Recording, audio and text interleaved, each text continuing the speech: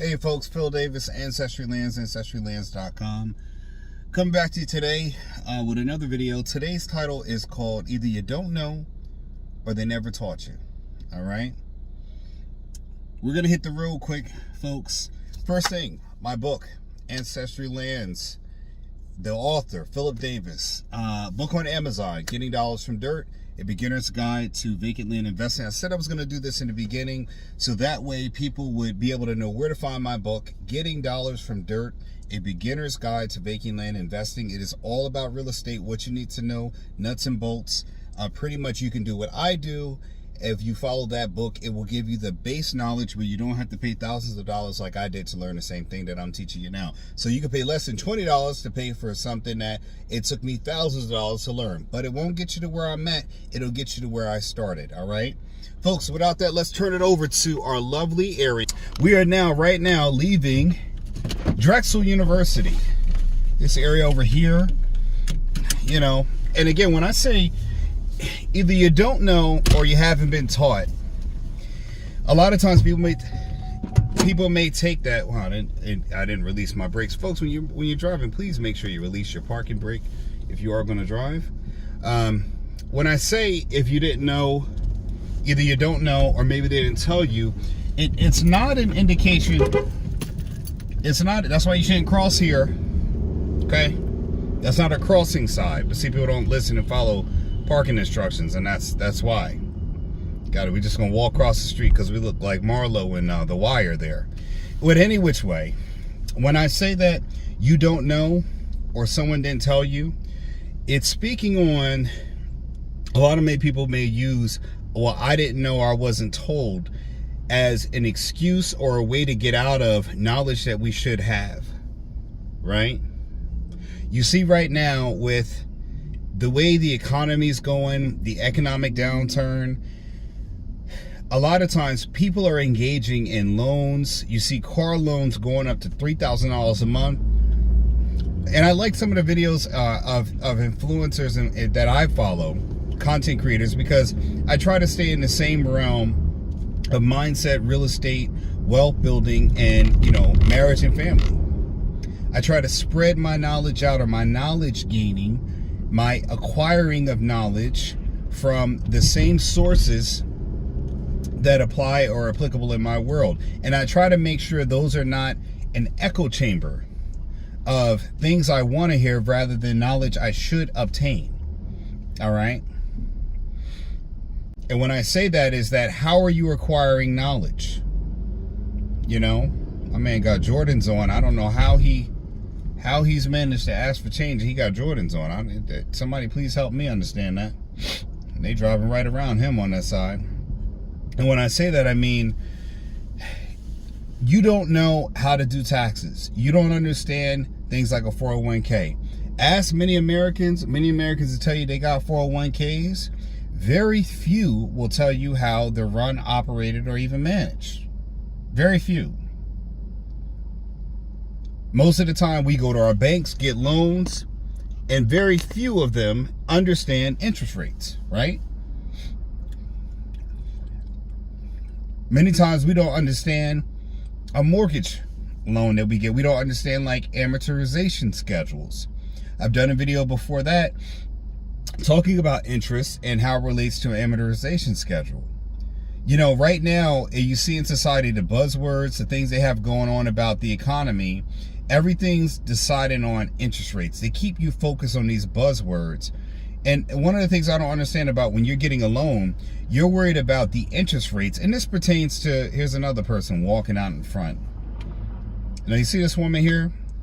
Looks like one of the Bene Gesserits right here, right in front of this. We got the green light. She's right in the middle of the traffic, all green lights right here. Looking like one of the Bene Gesserits from Dune. I don't even understand this right now. Walk right out in the middle, 2 green lights. Frustrating, folks. Aggravating and frustrating, to say the least. We got a red light. I'm stuck right here in the middle of the traffic because the bus driver, great job almighty. Look at this. Forget everybody else over here. You know, and this thing you gotta watch out for. There's even city workers that'll be like this, man.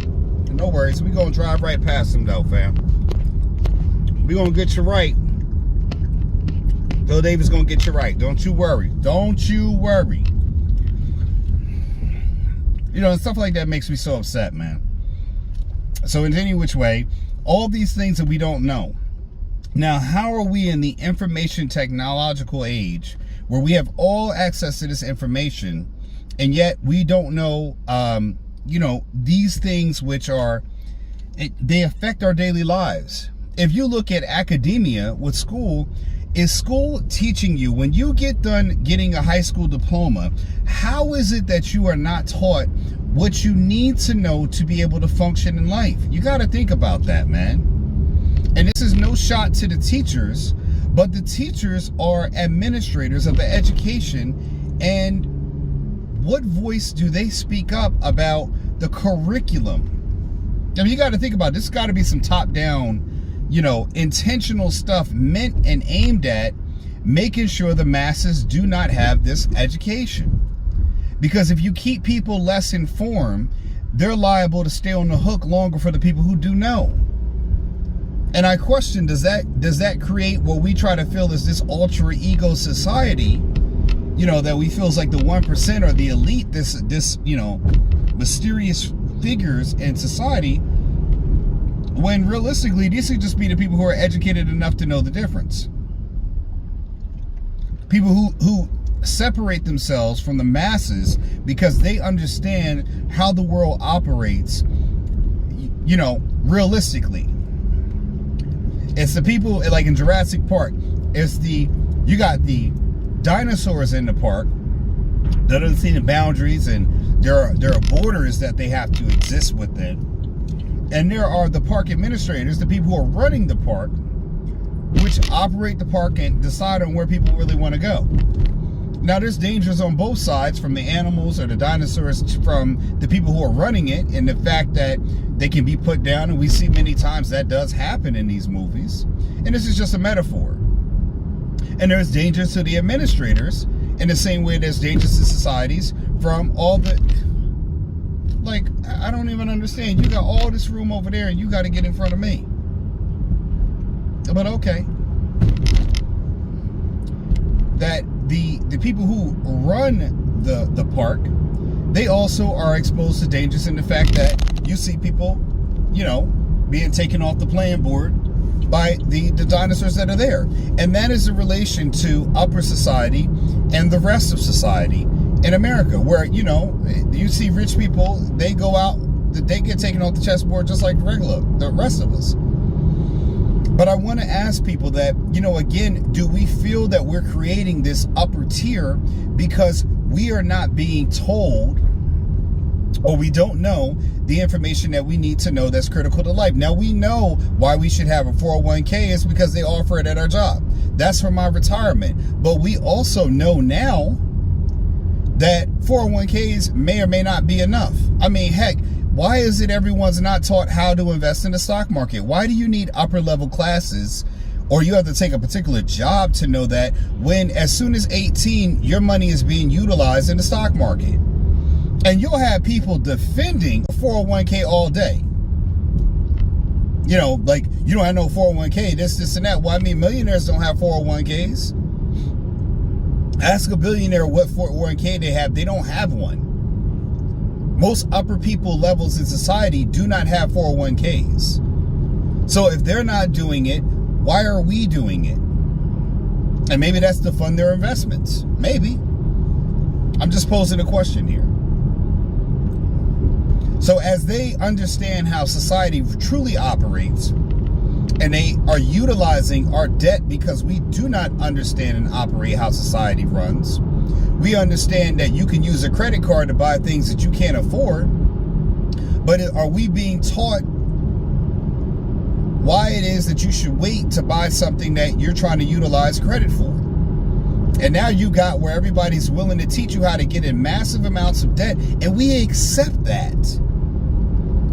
You will get in thousands and thousands and thousands of dollars worth of debt to obtain something, such as a house, that you financially have to sacrifice more in your life for because you have that one item. And the house constantly needs updating, renovating, Sure, a realtor will tell you that you should buy a house all day because they take their profit off the top. And hell, most of these people don't even own the homes that they're selling you. So what sweat equity do they have? Anything. They're incentivized on a commission. And I'm not shooting down realtors. I have family members that are realtors. But again, why are we not being taught how to understand and operate this thing? You had probably years ago where homes were sold by the people who owned them, where homes were fixed up by the people who owned them and live in them. Hell, some homes were built by people who did not have a high school education nor a college degree. Think about that. My grandfather, Samuel Blow, built the house, at least from what I'm told, in part or in full, the house that I was, spent some of my formative years at, where my mother was raised, where my parents dated, where my parents, my mother, my inception was created in one of those rooms there. That house was built by a man who had an 8th grade education, or maybe up to 8 years old, I don't know. But he built that house. Yeah, we got people with thousands of debts, a degree, bachelor's, a master's, and thousands of debt that now go into their life, buy a home, and thousands of more debt. Maybe they go back and don't like their first degree. Lord help me, I've met nurses who have been nurses and went on to get another degree, and they get degrees like they're trying on clothes. I didn't get this degree, and I wanted to get this degree, but I changed my mind because I didn't like this degree. No upfront research done. Nothing about what I'm going to need in society. No research done about how I'm going to be able to afford the lifestyle that I want. And I have to ask, did they not know, or were they just not told? Did not anyone show them the way? Or did they think they just got it because I got it like that? Now, we got to also segue in here. Does your ego play a part of that? Because I doubt that a lot of times, most of the people here were not told or given some wisdom by mentors or people that try to gravitate towards them and give them information that they simply rejected because youth. What's that old man nobody talking about? Or because the person that you're getting advice from has a lifestyle in which you are not wanting to, it doesn't reflect the lifestyle that you want. Yes, you can get a lot of great tips from a millionaire. Yes, you can. Yeah, you can get a lot of great tips from a billionaire. You can. But you can learn a lot of lessons from a person who made a lot of mistakes. You can. You can learn a whole lot of lessons from a person who gambled, who drank, who cheated, who got divorced, who lost money, who sold themselves, both in spirit and body. You can learn a whole lot. But again, were you shown and chose to ignore? Other times you might ignore because the information that you're getting, it may not be bad or fully vetted. Lord help me, I've had people tell me to buy a home because a home's going to make you money, only to find out that you're spending more money on the home than you are actually making. And again, you talk to Kiyosaki and all these other wealthy people, and they'll tell you a home is not an asset but a liability. So there's some confliction in thought. Ask people how they're getting write-offs every year in a home, and they'll tell you that the books, they may not be right. So again, and this will come from people that you love and care about that are trying to guide you towards hopefully being successful. But realistically, they teach you they give you the wrong advice. They're giving you bad information because they're not on the up and up. They're not playing it straight. They're playing it crooked. So they're telling you only half bits of information, but you won't get that here. You're going to get all the information. So again, I'm just wondering again, are we told or not? Are we not told? Or were we not shown? Because in school, when you grow up, how much information do you get on monetary policy? How much do you get? Now, we're sending billions and billions of dollars in foreign aid. But again, how much do we really know how the real government works? How much are we taught? I mean, I don't even know. Do they even teach about legislation, branches of government anymore, to the full detail of what actually happens? But again, where are the parents at demanding this information from the school system? You know, I asked my wife one time, she was complaining about something with, you know, the schooling. And I asked her, well, when's the last time you've been to a PTO meeting? When's the last time you've been to a school board meeting? So if you're not willing to go because you say you don't have any time, well, you can't complain about decisions being made when you're not around. Because the absence of your presence is evidence of your absence, right? Remember that video we talked about? I think I said that wrong throughout the most of the video, but what I meant was the absence of your presence is evidence of your absence. So if you're not there, then they could do whatever the hell laws they want to do or implement whatever policies they want to. That's why parents are so upset about things that are happening now, because they only stop to want to make a change when they saw the change right in front of their face that they didn't like. But no one was paying attention while the fox was in the hen house eating up all the chickens. They only waited until it came time to get some eggs, and they were short a few dozen. Let that sink in. Now again, you may not be long for this video. This might be too many truth bombs for you to hear. You may not like it, but again, where else are you going to get information, the person that doesn't have an incentive to lie to you? I'm not looking for your vote. I'm not looking for anything else but for you to ascertain knowledge and listen. Apply that into your life to make sure that you are well armored and understanding to keep your eyes open. So to be woke should mean something different than everyone signing on to a bandwagon trying to get people to change to their mindset. Being woke should really be waking your eyes up to really what's going on in the society, that you have chains around your neck, around your ankles, and you have a number attached to you so you can become cattle for the plantation. And what they got us thinking is that this herd of cattle is better than the other herd of cattle when we're all on the same damn farm getting slaughtered and when our time comes up. But we're worried about race, not real wealth. We're worried about things that don't matter. You got people killing each other over blocks of things that they don't even own. Corners that they don't have a deed of ownership for.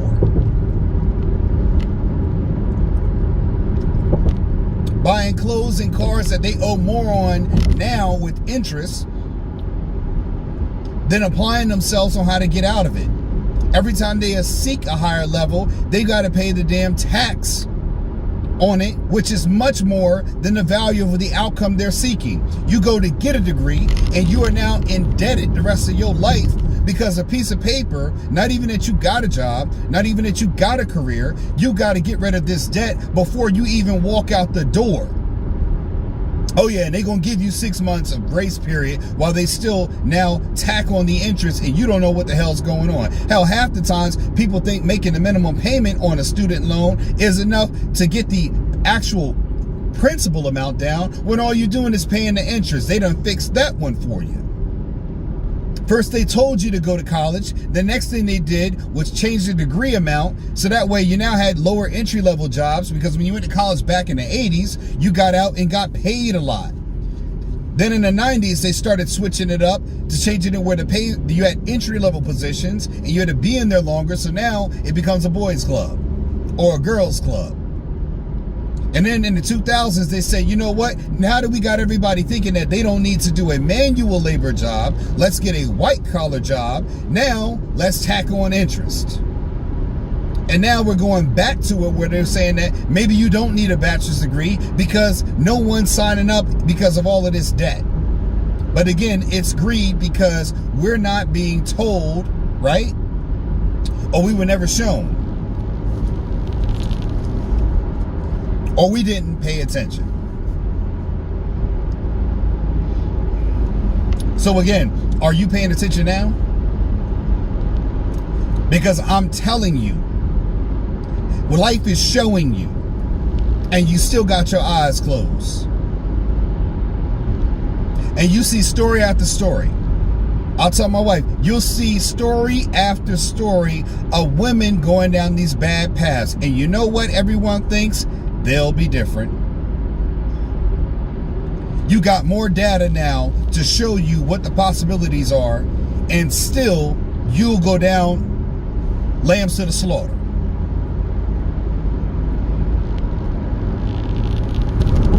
And it's right.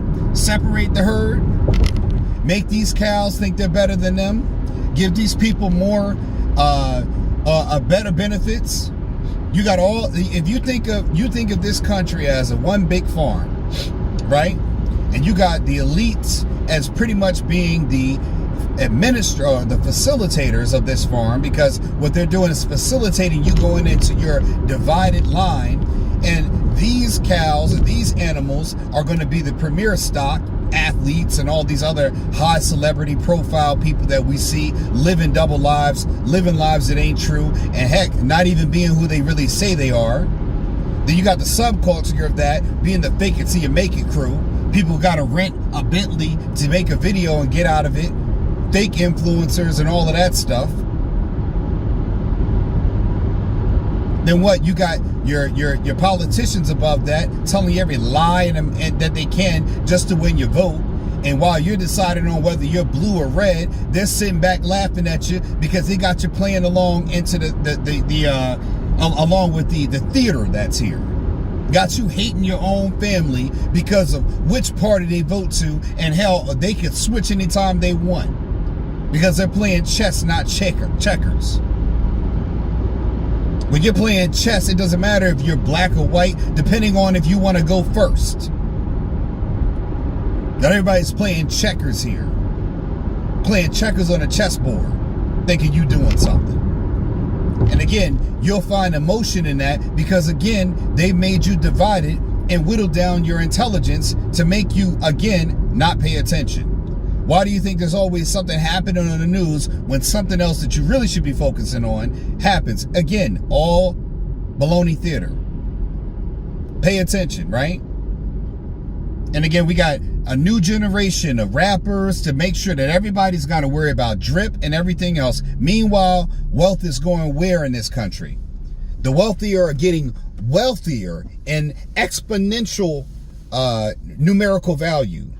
And what is everybody else doing? We're losing time, trading hours for dollars, and we're not getting any wealthier. In fact, we're getting poorer because everything's getting more expensive. In fact, we're ended up being more like a serfdom than an actual democratic republic. And again, we're having children now too, right? What are you educating them? And again, when you give them education, do you follow up to make sure that they understood what they're doing? Do you practice it daily? Do you reinforce the teachings for those woke up people? They got their eyes open, their third eye open. And there's no reason not to wake up. You have to have this feeling. Something that's telling you something's wrong. And don't choose to ignore it and put it down into the dwells of yourself, into the abyss. Bring it up to the top. They tell you in order to grow, you should be uncomfortable, and they tell you that for business. But why not? Why does not everyone treat their own life as if a business? You are a company. You are a marketing walking product. Your name, your resume, everything about you makes you marketable. When you go to a job, you are essentially selling yourself and offering yourself for a certain price as if any other product that has a market value. When you're in a relationship, you're saying to this person, my market value is X, Y, and Z. Whatever that value is, and we can see people who make piss poor choices on what the market value is when they go to buy. They often don't like what they got when they got a baby by them. But what was the value proposition is what I want to know. So we don't do this with our finances. We don't do this with our children. We don't do this with ourselves. We don't do this with our mindset, our discipline. But we over here looking at some damn IG video, giving somebody a thumbs up because they've been applying themselves. You're watching it, but you're not paying attention. And there's no reason for it now. Not in this information age where you can actually create a business, become a millionaire, and never step outside your damn living room. How?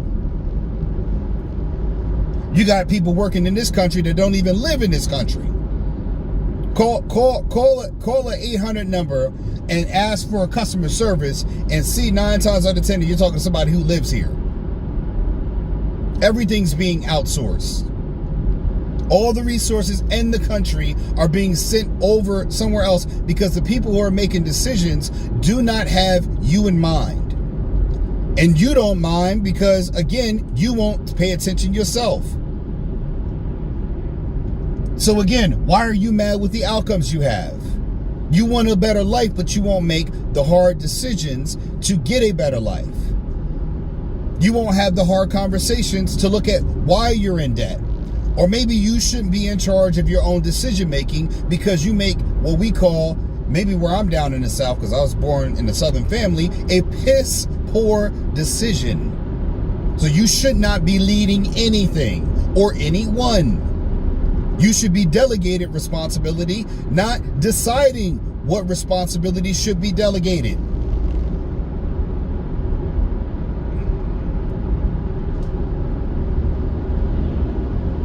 I told my wife this last night, for all you weak married men out there that are afraid to tell your wife what it is when you need to say it. I said that my business dealings is to bring money home to the family. That is my job as a husband, as a father. Your job is to make sure those resources are enough to make sure that the family has adequately what they need. Supplies, medical, whatever else, clothing, utilities, whatever else. That's how it's supposed to work. How I do that is really of no concern to you so long as it's within the confines of the law. Any decision that I make within line of that should be served at the purpose for ultimately bringing resources into the family. Methodologies don't need to be included. And sometimes in order to lead, you have to lead. And when you lead, you don't need to answer to anyone. You say what you say, and then you move on. It's not an open discussion. I'm not asking for approval. I'm telling you where we're going. That's it. And the problem is you got a lot of people out here want to do them. Let's everybody kumbaya coming along. Someone needs to take the steering wheel and decide on where the hell we're going. And you're too scared because you're too afraid to make somebody's feelings hurt. And that's what ends up making you be left in anyway. You're hated because you're not leading. Well, again, even the president has to take, people make fun of him. And he's got everyone's lives in their hand. He could push one button right now and it could be all over for us. And we still voted for him. Like it or not, you ain't gotta like it, but he is the person who can push a button and end it all today. The whole planet. You don't gotta like him, but he's the commander in chief. And it changes every 4 to 8 years.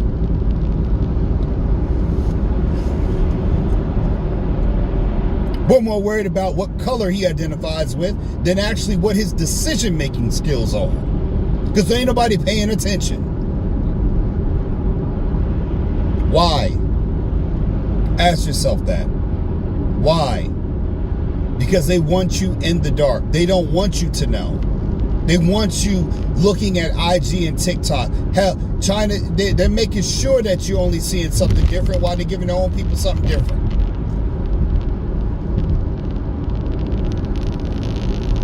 And we're telling them exactly what we want. Let everybody stop buying for a day and see how things start to change. Because we're afraid to say we don't want to be liked. When you want to be a leader, you're going to get criticized. You're going to have a lot of people not going to be on your side. So you shouldn't go looking for people who would accept you. You should be looking for people who reflect you. There's a difference. That means you find other people who are in the leadership category or ascertaining the same values or outcomes that you want in a lateral method. They're trying to build wealth. You can find someone that's doing land. You can find someone that owns multiple companies, someone that's a stockbroker, and they all are trying to achieve. And that's enough for a starting point for us to be in the same room to start this discussion. What information can we exchange to benefit each other? But none of that has to do with anyone accepting you along the way. And we're not being told that. Why? Because if everybody's deciding on what is acceptance, you can keep moving the needle no matter how many voices there are. That's what happens when it's all everybody's vote. It's too many people arguing and not enough people deciding. Ask my wife what she wants to eat. When she says she's hungry, I don't know. The first thing she'll do is ask me, what do I want to eat? So again, I go and decide. When I go and decide, she'll say, nah, I'm not really feeling that. Well, then you shouldn't leave me to choose, because I'm going to make a decision. And when I make a decision, I now have decided what I want. And that is to train her that if she wants to take the decision, she should come to me and say, hey, I want this, or spend some time deciding what she wants to eat and not trying to say no to what I want to eat. And that's not to be bad or mean or whatever else, but that is to encourage her not to use me as a jumping board for her to decide what's in her own mind and body. But again, that will be taken and misconstrued as the wrong way. Because when you tell your kids, do you want red or blue, you want them to decide. You do not want to make that decision for them, because you want them to teach them to think independently and think critically. That's why you tell your children about when do they need to wear an umbrella. You criticize them when they're not wearing a coat or a jacket or a hat, or they're ill prepared for the weather. Why? Because you're trying to elicit critical thinking, which means you're asking them to pay attention. Because they were probably told, but then they didn't pay attention.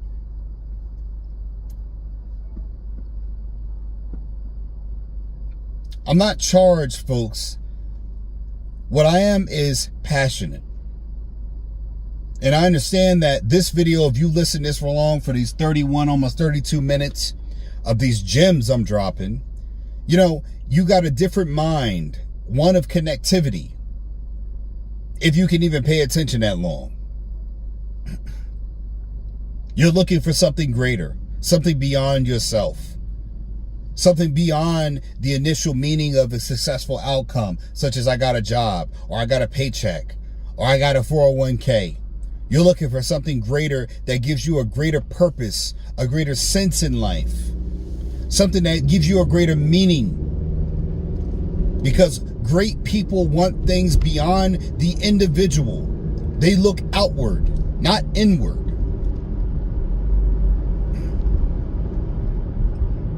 When a person owns a company, they look at this entity as a part of themselves, an extension of themselves. Lesser people talk about themselves and other people. So again, folks, I say to you, were you never told, or did you not just pay attention? For some of y'all, it might just be too late. And for some of y'all, you might just have a chance. You may. But my question is, you only got this one life that we know of. Even if you know there's another chance to come back, you're still not going to come back now. You're not going to get the opportunities that you have today. You're not going to get all these moments, these to be guaranteed for you. There won't be always another opportunity to say hello to that girl that you like, or that boy that you noticed, or to sit down and study and stop going to the club, or getting into bad debt, or picking up a book, or learning about something, taking 5 minutes that you could spend learning about something that you really need to know and educate yourself on. Instead of getting stuck in every day of, I don't know this, I don't know that, I don't know how to spell well. Why is it you can't learn how to spell? Practice spelling a word that you don't know how to spell one time each day and constantly improving. But you can't do that, right? You're too busy. There's no time. Right? So you just keep on making these excuses. And then what do? One day when you look back, you see your life was an excuse. You never did anything. You never took any opportunities. You never took a chance on yourself. Why? I can't answer. You can. Only you would know. Was someone that didn't give you, didn't tell you, or someone didn't pay attention to you? Okay, good. But you can't stay in that forever. You got to turn the page and look forward. Look at your life that could have greater meaning than the trauma of your past. Folks, I'm going to close it out today. Make sure you check our shop. I always try to put in like Target stuff, general supplies, watches for men, citizen watches. Go on our shop, folks, and buy something. Do earn a commission. Also, my book, Getting Dollars from Dirt, A Beginner's Guide to Vacant Land Investing, is available on Amazon. I encourage you to buy a copy, get a copy for you. It's a great Christmas gift, very inexpensive. You're looking for an under $25 gift for people? Buy my book, folks. You'll be highly educated. And it's something that you should have for your children and pass that down as required reading for them. Get them started. And it's not just about land, it's real estate investing. Vacant land is just the modality which I chose. Any which way, folks, I hope you've been educated, enlightened, and somewhat entertained, folks. Remember, if you don't own property, you'll be owned as property. I'm Phil Davis, your illustrious host. I'm signing off. Peace, I'm out. Peace. Have you ever wondered how some people make a fortune by investing in vacant land? Well, look no further. We have the ultimate solution for you. Introducing Getting Dollars from Dirt, A Beginner's Guide to Vacant Land Investing. This incredible book is your go-to resource if you're looking to make a splash in the real estate market. You'll discover proven strategies and expert tips to help you navigate the world of vacant land investing, even if you're a complete beginner. Say goodbye to confusing jargon and overwhelming information. This book is designed to provide you with practical steps to kickstart your journey towards financial independence. Learn how to identify the most profitable vacant land opportunities and maximize your returns. Getting Dollars from Dirt covers it all. You'll gain the confidence and knowledge you need to make smart investment decisions. Don't miss out on this golden opportunity. Grab your copy of Getting Dollars from Dirt today and start your path to wealth. Click the link in the description below to order your copy now. Remember, investing in vacant land has never been this accessible. Don't wait another second. Start building your fortune today.